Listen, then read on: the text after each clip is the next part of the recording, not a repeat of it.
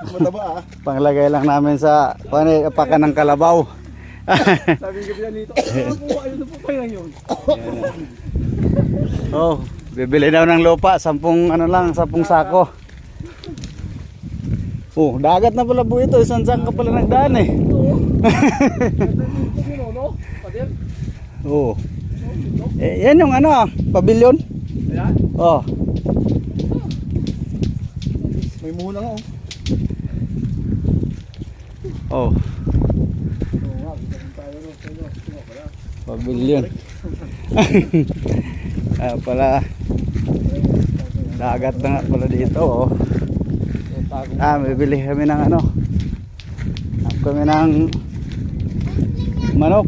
Eh, walang isda, manok na lang.